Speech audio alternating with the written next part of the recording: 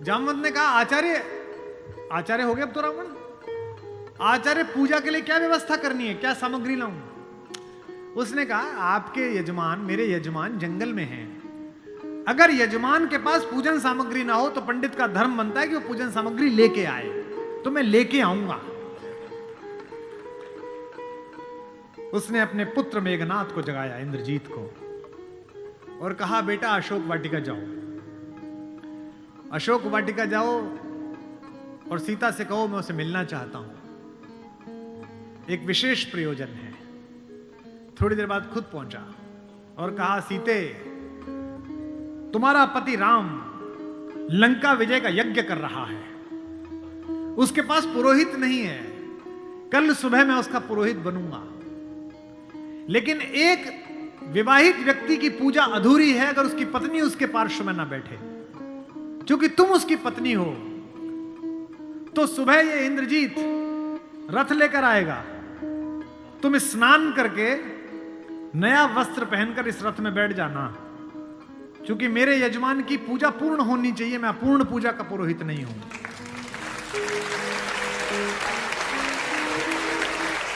और लोग भी कैसे कैसे, भाई छोड़िए, पत्नी छोड़िए, पिता छोड़िए, माता छोड़िए, शत्रु भी कैसा भाई। इस कहानी का तो विलेन भी कितना खूबसूरत है, कितना कमाल का विलेन है। उत्तम कुल पुलस्त मुनि नाती, पुलस्त का नाती है, भगवान शंकर का अनन्य भक्त, दशग्रीव, 10 सिर नहीं है उसके, ये सम्मित है, ये जो रामलीला में लगा देते हैं। 10 दिमागों के बराबर का आईक्यू है, जिसके ऊपर 10 सिरों की कृपा चलती हो, 10 काम एक साथ करता हो, 10 तरह से सोचता हो, उसका नाम दशानन है, 10 सिर वाला है वो। 9 ग्रह उसके चरणों में लेटे हुए हैं, शनि के ऊपर तो पैर रखे बैठा है, फिर भी राम से हार गया। क्यों हार गया, कारण बताता हूं। राम इच्छाओं से मुक्त हैं और रावण इच्छाओं के पाश में बंधा हुआ है।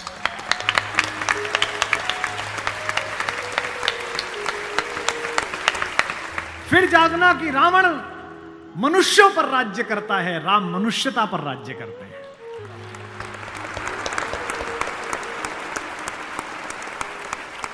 आपको पता है कि जब भगवान ने युद्ध शुरू किया तो पूजा की, राम ने कहा जामवंत से, जामवंत सबसे सीनियर हैं, वो भी ब्रह्मा जी के पोते हैं, रावण के दादाजी के दोस्त हैं, पुलस्थ मुनि के नाना के।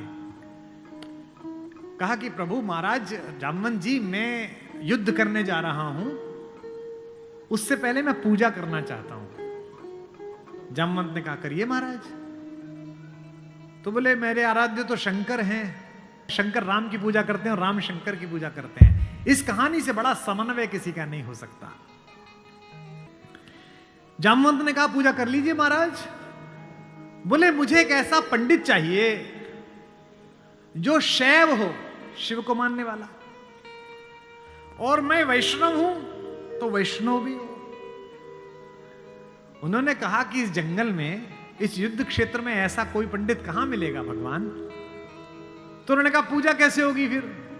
तो जामवंत ने कहा, एक पंडित मेरे ध्यान में है, पर वो आपका पुरोहित बनेगा नहीं। बोले, कौन। बोले, पुलस्थ मुनि का नाथी महारथी रावण, वो शिव का भक्त है और वैष्णव भी है, उससे करा लीजिए। सोचिए, जिसको हराने जा रहे हैं उससे पूजा। राम ने जामवंत से कहा कि महाराज पूछ के तो आइए, अगर महापंडित रावण आज्ञा दे दें इस यज्ञ के लिए तो मैं कर लूं। रावण को पता चला कि जामवंत बुलाने आए हैं।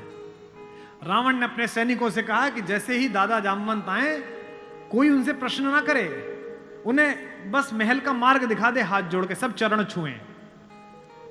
जामवंत पहुंचे, रावण किले के द्वार पर चरण छूने आया, कहा कि पितामह मैं आपको प्रणाम करता हूं, मैं धन्य हुआ कि आप पधारे। जामवंत ने कहा कि मैं बहुत प्रसन्न हुआ तुम्हारी अतिथि सेवा देखकर। बिठाया, पूछा कैसे आए हैं। जामवंत ने कहा, मैं एक इच्छा लेकर तुम्हारे पास आया हूं। एक मेरे साथ 2 जजमान हैं, वो एक यज्ञ करना चाहते हैं युद्ध शुरू करने के लिए। उन्हें एक ऐसे पंडित की आवश्यकता है जो शैव भी हो और वैष्णव भी। तुमसे अधिक गुणी व्यक्ति तो पृथ्वी पर नहीं है, क्या उनका पुरोहित बन सकोगे? क्या पूछा रावण ने पहला, क्या करेक्टर है, वाह। रावण ने कहा जहां तक मुझे सूचना है आपके दोनों यजमान अयोध्या के निर्वासित राजकुमार राम और लक्ष्मण तो नहीं है? जामवंत ने कहा हां दशरथ, वे ही दोनों हैं, क्या आप स्वीकार करेंगे? उसने हां ना नहीं करी, फिर बोला क्या उनके यज्ञ का उद्देश्य लंका विजय है? जामवंत ने कहा हां उनका यही उद्देश्य है, क्या आप स्वीकार करेंगे? उसने कहा मैं तो जिज्ञासा के लिए पूछ रहा था, अन्यथा द्वार पर आकर किसी पंडित से कोई यज्ञ के लिए कहे, अस्वीकार करना उसका धर्म ही नहीं है। मैं आपके साथ चलूंगा और उनका यज्ञ कराऊंगा।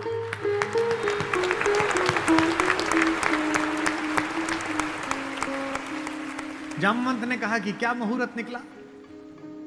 उसने नवग्रहों को बुलाया, बोले इधर बैठ, तू इधर बैठ, तू इधर बैठ। वो तो अपने ही हाथ में था, तू मिनिस्टर ऑफ स्टेट, तू फुल कैबिनेट।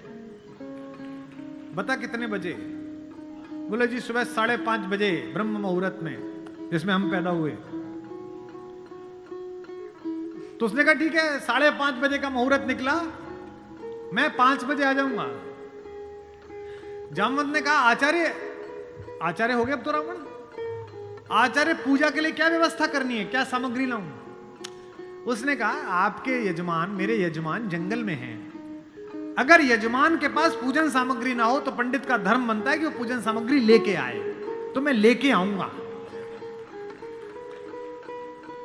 उसने अपने पुत्र मेघनाथ को जगाया, इंद्रजीत को, और कहा बेटा अशोक वाटिका जाओ, अशोक वाटिका जाओ और सीता से कहो मैं उसे मिलना चाहता हूं, एक विशेष प्रयोजन है। थोड़ी देर बाद खुद पहुंचा और कहा सीते, तुम्हारा पति राम लंका विजय का यज्ञ कर रहा है, उसके पास पुरोहित नहीं है, कल सुबह मैं उसका पुरोहित बनूंगा, लेकिन एक विवाहित व्यक्ति की पूजा अधूरी है अगर उसकी पत्नी उसके पार्श्व में ना बैठे। क्योंकि तुम उसकी पत्नी हो, तो सुबह ये इंद्रजीत रथ लेकर आएगा, तुम स्नान करके नया वस्त्र पहनकर इस रथ में बैठ जाना, क्योंकि मेरे यजमान की पूजा पूर्ण होनी चाहिए, मैं अपूर्ण पूजा का पुरोहित नहीं हूं। और कहा कि तुम्हारी लंका से मुक्ति केवल पूजा तक की है, पूजा होते ही उठना और इसी रथ में वापस बैठकर अशोक वाटिका में आ जाना। क्या तो सीता, क्या राम और क्या रावण, क्या कहानी है ये। सुबह यही हुआ, शिवलिंग की स्थापना हुई, बालुका की मृत्यु से एक विग्रह बनाया राम ने अपने ओजस्वी हाथों से। राम आजानुबाहु हैं, घुटने तक हाथ आते हैं उनके, ये पुरुषोत्तम का लक्षण है। महाराणा कुंभा वे भी आजानुबाहु थे। कभी कुंभलगढ़ के किले में जाइए, 3 फीट का शिवलिंग है, नीचे बैठ के अपने ही हाथ से लोटे से रुद्राभिषेक करते थे बिना उठे। वे भी सूर्यवंशी थे, राम आजानुबाहु थे। उन्होंने अपने बड़े बड़े हाथों से शिवलिंग तैयार करा, धोती पहने हुए, तिलक लगाए हुए तेजस्वी रावण पहुंचा। राम और लक्ष्मण ने आसन से खड़े होकर अपने पुरोहित को प्रणाम करा। आचार्य, मैं दशरथ का पुत्र राम अपने छोटे भाई लक्ष्मण के साथ आपको प्रणाम करता हूं। दोनों ने पैर छुए रावण के और कहा कि आचार्य आसन ग्रहण करिए। आचार्य ने पूजन प्रारंभ किया। ओम गणपति गंगावाय। अब ये कि पत्नी कहां से आए? आचार्य ने पूछा राम से। मेरे यजमान विवाहित है? राम ने कहा हाँ आचार्य मैं विवाहित हूं। अपनी धर्म पत्नी से कहिए कि वो आपके पार्श्व में आकर बैठे। राम ने कहा आचार्य मेरी धर्म पत्नी मेरे साथ नहीं है। तो जामवंत ने कहा आचार्य अब पूजा कैसे होगी? बोले पितामह मैंने आपसे कहा था कि किसी यजमान के पास अगर सामग्री किसी भी तरह की पूरी ना हो, कोई व्यवस्था पूरी ना हो, तो आचार्य का धर्म है कि वो पूरी व्यवस्था बना के लाए। बेटा इंद्रजीत, यजमान की पत्नी को उनके पार्श्व में स्थापित करो। अपहरण गई हुई मां हमारी जगत जननी भारतेश्वरी पार्श्व में बैठी, पूजन प्रारंभ हुआ, सारी अर्चना हुई। और पूजन के बाद रावण ने कहा कि मैं आप दोनों यजमानों को आशीर्वाद देता हूं कि आप दोनों जिस संकल्प के कारण ये पूजा कर रहे हैं, आज सारे देवता उपस्थित होकर आपके संकल्प को पूर्ण करें। मैं आशीर्वाद देता हूं। हमारे गांव में गीत गाया जाता था, बना पुरोहित रामचंद्र का जय का वर दे आया।